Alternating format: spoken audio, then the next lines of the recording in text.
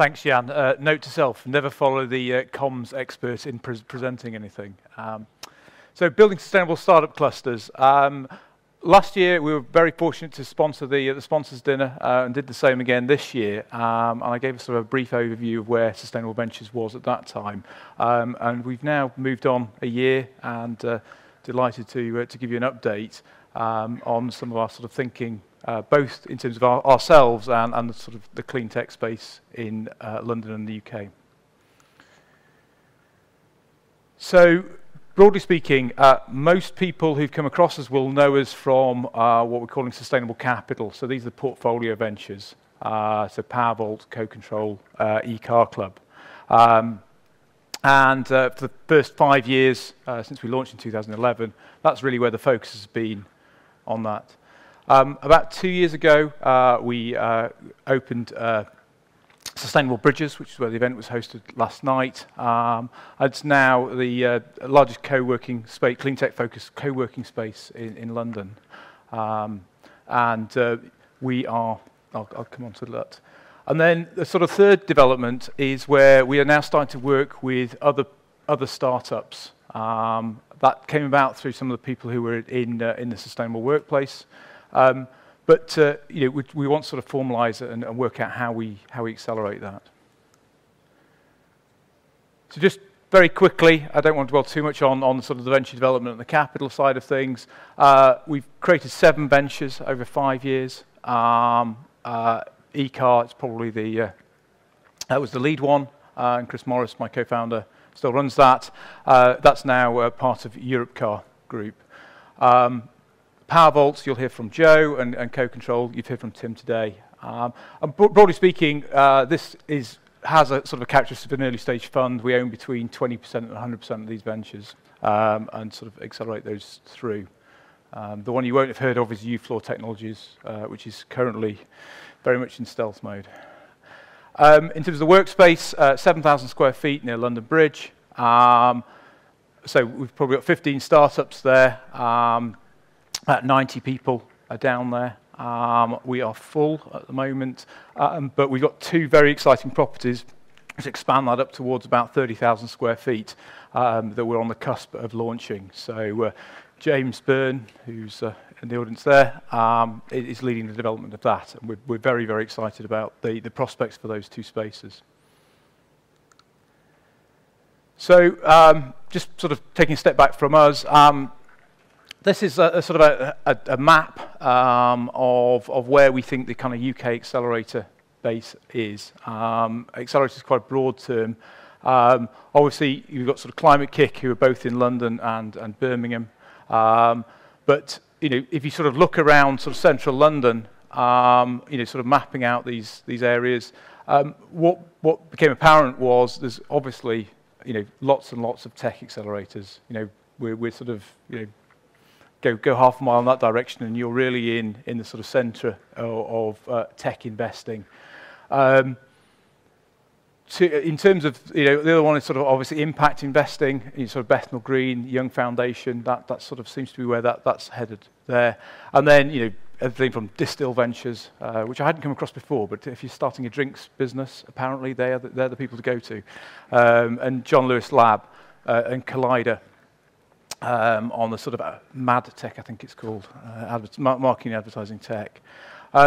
So, you know, if you look at the sort of the sort of where the clean tech focused areas are, you know, eco machines. I mean, I think Ilian's moving more towards a kind of a VC model.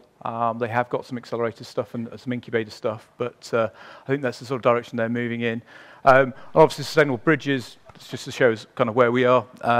Is say it's a co-working space more than anything else. I guess our sort of insight from that was that there was a sort of a you know, places where you could sort of co-locate and work together as well as sort of accelerate things. You know, there's a bit missing in the UK landscape. So, you know, in terms of the co-working cluster benefits, it's a fairly open secret. We basically moved into the Bridges because we wanted the space to expand our own portfolio, had some spare space, and brought things in. I think, you know, 2 years on, we've realised just how much of a sort of a collaborative culture there is. I think there's some particular characteristics of this sector that everybody sort of is there to sort of help and move things on. And these are just some of the things that we do, that our residents do, and people have expertise in technology, they have expertise in fundraising, and so on. And some of these we will provide on a commercial basis. So, for example, grants and competitions. We write grants for other ventures reasonably successfully. We do R&D tax credits, for example, and sort of financing and things like that. Being an engineer, couldn't resist putting some numbers to it. So what we did was looked at, for a £150,000 typical sort of seed round, SEIS round, what were the sort of benefits, where were the sort of synergies that we would see from working in that sort of co-located cluster and getting benefits. And they are for everything from, being able to sort of get access to standardized legal documents all the way through to people who are working across different companies. So rather than having to hire an FTE, you can hire half an FTE. So this is cluster companies before any sort of grants or any sort of leverage that we can help, that people can bring to do that. So you're already sort of, you've got we think around at least 20% saving. Which is probably a bit more than that if you want to. So the next stage for us is to launch a series of sustainable accelerators.